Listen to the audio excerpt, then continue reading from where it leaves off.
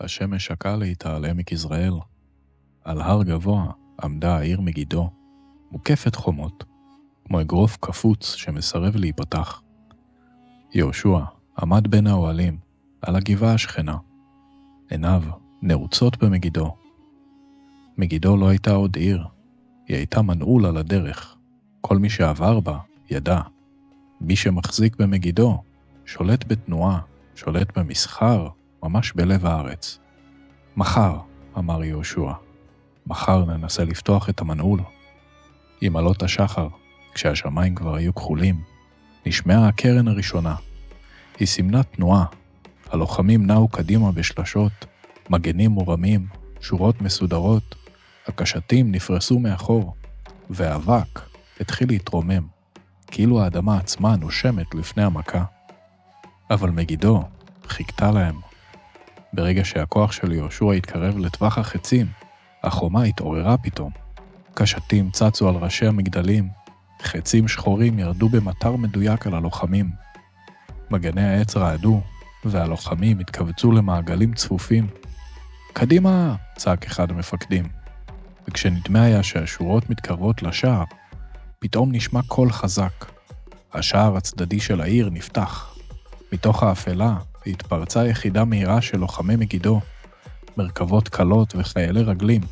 הם לא באו לעצור את ההתקדמות, הם באו רק לחתוך את האגף ולזרוע פחד והמולה. הרגע שבו השורה מסודרת מבינה שהיא עומדת להיקרא, הוא רגע שאין בו מחשבה, רק תגובה. אגף! אגף! קראו קולות. כמה לוחמים הסתובבו מהר, אחרים נשארו מול החומה. המערך כולו רעד, ואז התחיל להתפזר. יהושע ראה את זה עוד לפני שהמפקדים הבינו. הוא הרים יד אחת, תנועה חדה, והקרן השנייה נשמעה. כל נסיגה. נסוגים! צעקו החיילים. זה היה קיפול מסודר של הכוח, לפני שאגרוף הברזל נסגר עליו. הם נסוגו אל מחוץ לטווח החצים, נושמים בכבדות, ליבם דופק מההפתעה יותר מאשר מהמאמץ. אחד המפקדים של יהושע התקרב אליו, עיניו בוערות. הם יצאו אלינו מהצד. הם עוד רגע. עוד רגע, השלים יהושע בשקט. עוד רגע והיינו משלמים מחיר שמיותר לשלם אותו. אז מה עושים? שאל המפקד. יהושע הביט שוב אל החומות. הוא שתק רגע ארוך, כאילו מאזין למשהו שלא נשמע. החומה חזקה, הוא אמר לבסוף. אבל חומה לא אוכלת, חומה לא זורעת, חומה לא מגדלת משפחות. העיר יושבת על ההר, אבל הלב שלה נמצא בעמק. בלילה יצאו שני מרגלים ממחנה יהושע, עם בגדים של נוודים, אבק על הפנים ושפה שיודעת לבקש מים בלי לעורר חשד. הם הלכו בדרכים צדדיות, הסתתרו בחורשות, ובבוקר הגיעו אל השער, כמו כל מי שמחפש לסחור בשוק. השומרים בדקו אותם בעיניים צרות, אבל העיר רואה אנשים גרועים מהם בכל יום. השוק במגידו היה חי, ריחות של לחם חם וקולות של סוחרים. ושם, בין קערות החרס, המרגלים שמעו את מה שיהושע חיפש. תביא לי עוד שק חיטה, אמר סוחר אחד. אין לנו, אבל אח שלי מהכפר מביא מחר שיירה, ענה לו עוזרו. הבן שלי נשאר אצל הדוד שלו באחד הכפרים, אמרה אישה אחת. שם יש שדות ומרחבים, בתוך העיר פשוט אין מקום לילד. את זה תשלח לאמו של השר, אמר מישהו אחר. היא גרה בכפר ליד המעיין. הוא שולח לה אספקה כל שבוע. הם לא אספו סוד אחד, הם אספו רשת שלמה של מידע. משפחות מחוץ לעיר, מחסני תבואה בכפרים, שיירות שמגיעות מהעמק. מגידו לא הייתה אי בודד, היא הייתה מחוברת בחבלים דקים לכל הצדדים. כששבו בלילה, התיישבו מול יהושע ליד מדורה קטנה שלא העזה להעיר יותר מדי. בתוך העיר יש הכל מהכל, אבל יש מעט שדות, אמר אחד המרגלים. הם תלויים בכפרים שמסביב, תלויים בדרך עצמה. המרגל השני הוסיף בקול נמוך, והכפרים מלאים אנשים שקשורים לשומרי החומה, לשרים של העיר, אפילו למלך עצמו. יהושע לא חייך, אבל משהו בעיניו התרכך, כמו אדם שמצא שביל בתוך סלע. מחר, יהושע אמר, מחר נדרוך על הצל של העיר. ההתקפה על הכפרים לא נראתה כמו שדה קרב בהתחלה, היא נראתה כמו תנועה שקטה של כוחות. עם אור ראשון התפזרו יחידות קטנות לאורך העמק, לא כדי לשרוף או להחריב, אלא כדי לתפוס. הלוחמים של הכפר, שחשבו שהם מוגנים בגלל העיר שמאחוריהם, מצאו את עצמם מול חצי מעגל של מגנים וחרבות. יהושע עצמו לא היה שם, אבל הוא נתן הוראה ברורה, אין צורך בדם, תתפסו, תקשרו ותביאו לכאן. בכפר אחר, ליד מחסן תבואה גדול, התפתחה התנגדות קצרה. 3 אנשי מגידו ניסו לפרוץ החוצה עם חרבות. לוחמי ישראל חסמו אותם במגנים, דחקו אותם לאחור, והאוויר התמלא בצעקות ואבק. החרבות התנגשו במתכת ובמקלות. כשהם נשמטו לאדמה, נשמע קול של מפקד ישראלי. מספיק, זהו, די, זה נגמר. השבויים לא היו רבים. בן של שר, אחיין של שומר שער, 2 אנשים שהכירו את ארמון המלך, ועוד כמה אנשים שהיו בדיוק מי שצריך כדי שהעיר תרגיש. בערב, כשנאספו המחנות סביב מגידו, עמדו ליד אוהל יהושע קבוצות קטנות של שבויים, שותים מים ואוכלים לסובה. אחד המפקדים רצה להעביר אותם מיד למחנה האחורי, אבל יהושע עצר אותו במבט. הם לא האויבים שלנו, הוא אמר, הם רק מסר לעיר. ביום שאחרי, התקרבו לוחמי ישראל אל החומות שוב, אבל הפעם ככוח שמציג מציאות. מול שער מגידו, במרחק שהחצים בקושי מגיעים אליו, הוצבו השבויים. לידם עמדו לוחמים שקטים, מגנים מורמים ופנים חתומות. על החומה התאספו שומרים, מאחוריהם נראו שרי העיר, ולבסוף דמות מלאכותית, עטופה בגלימה. כתר לא גדול, אבל ברור, זה היה מלך מגידו. המרחק היה גדול, אבל לא גדול מספיק כדי שלא יראו את פניהם. המלך ראה אחד מהשבויים, ומשהו בעמידה שלו זז. שר אחד לידו, החביר. שומר אחר, כמעט מעד, כאילו האדמה תחתיו השתנתה. יהושע צעד קדימה לבדו. הוא לא הניף חרב, רק צעק בקול גדול. מגידו! הוא קרא. לא באתי לקחת את אבני החומה שלכם. השומרים צעקו משהו, קיללו, אבל המתח על החומה קיבע את הקולות. ויהושע המשיך. האנשים האלה, הם לא שלל, הם רק הוכחה לדבר אחד. העיר הזאת מחוברת לעמק, אתם לא חומה בלבד.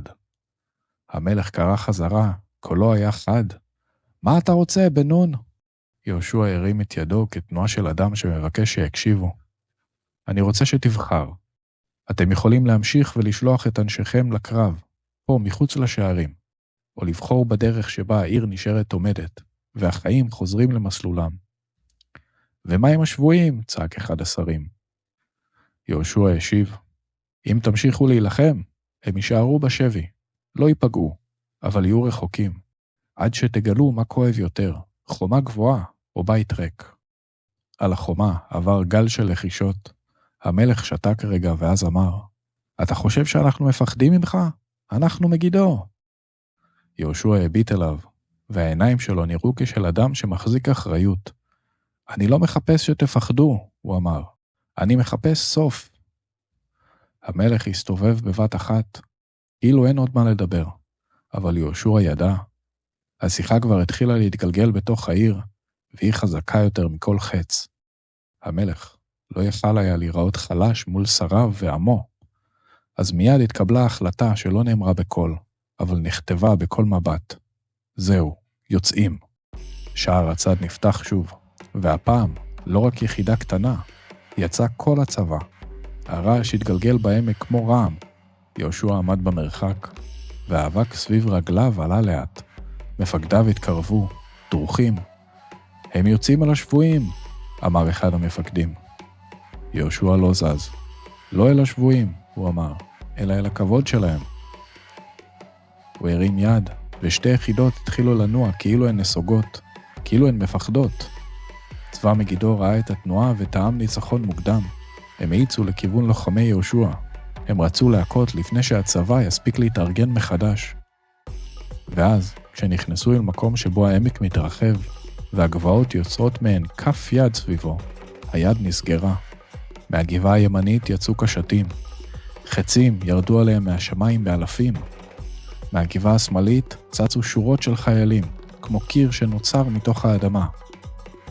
המרכז של צבא יהושע פתאום נסגר בבת אחת. הקרב הפך להמולה, חרבות נפגשו במגנים, חניתות פגעו בקסדות, סוסים דרכו באבק, אנשים צעקו שמות, קרנות ענו לקרנות, הדגל של מגידו התנדנד, והמלך היה שם בתוך ההמולה. הוא ניסה לפרוץ אל המקום שבו ראה את השבויים, כאילו אם יגיע אליהם, הכל ייפטר. יהושע התקרב עם יחידת לוחמים וראה את פני המלך לרגע, מלא בזיעה, אבק, עיניים קשות וזעם שלא יתואר. בנון! צרח המלך, וחרבותיהם ננעלו אחת בשנייה. תחזיר את אנשיך לעיר, זה לא חייב להיגמר ככה, אמר יהושע. אתה מדבר על הרחמים כשאתה מחזיק את משפחתנו? ענה לו המלך. אני מחזיק את המלחמה בידי, ענה יהושע, ואני מציע לך לשחרר אותה. אבל המלך כבר היה בתוך הגל. הוא הורה לאנשיו להסתער, הם ניסו לשבור את קיר המגנים, ואבק עלה גבוה עד שהשמש נראתה חיוורת בשמיים. ואז הגיע הרגע שבו אפילו מלך מבין שהוא כבר לא שולט במהלכים. צבא מגידו התחיל לסגת בחוסר סדר. המלך נשאר מקדימה קצת יותר מדי זמן. יהושע הניף את חרבו, והמלך מעד ונפל על האדמה. סביבו ניסו אנשיו להגיע, אבל קיר החיילים של יהושע כבר הפריד ביניהם.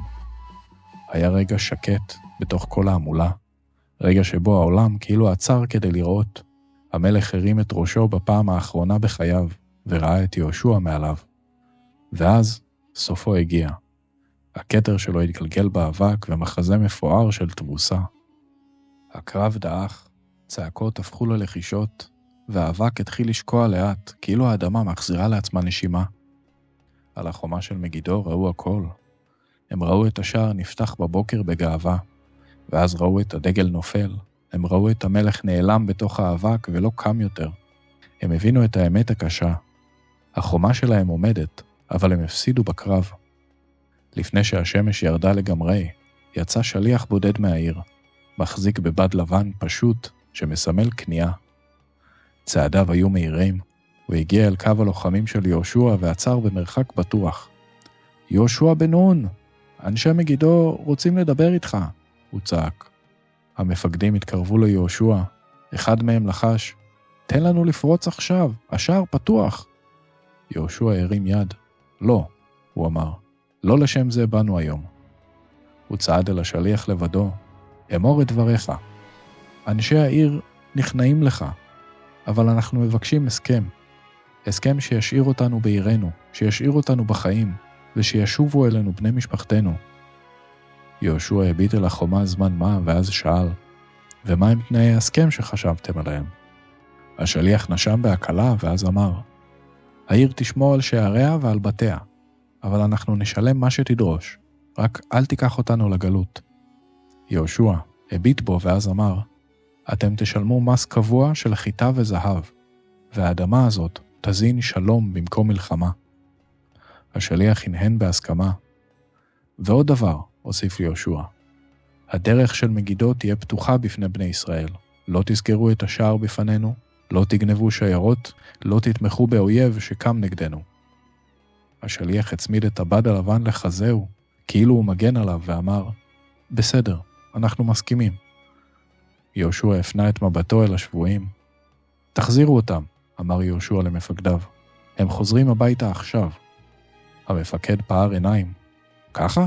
אחרי הכל? יהושע הסתכל עליו ואמר, ללא החזרתם, הניצחון שלנו חלול. משער מגידו יצאה שיירה של משפחות רצות. הם חיבקו את השבויים שחזרו והובילו אותם חזרה לעיר. על החומה עמדו השומרים, והעיניים שלהם לא היו של אויב שמחפש נקמה, אלא של אדם שמבין שהעולם השתנה, בלי שאבן אחת זזה. וכשצבא יהושע התקפל והלך, מאחוריהם מגידו עוד עמדה. החומה נשארה, אבל משהו אחד לא נשאר אותו דבר. הניצחון של יהושע נכתב באוויר. לפעמים, מי שיודע לעצור, ללמוד ולשנות דרך בזמן, מנצח בלי לאבד את האנושיות. וגם כשאי אפשר לכבוש הכל, אפשר להכריע, אם בוחרים בחוכמה ולא בגאווה. בני ישראל ימשיכו ליישב ערים נוספות, אבל זה כבר סיפור ליום אחר.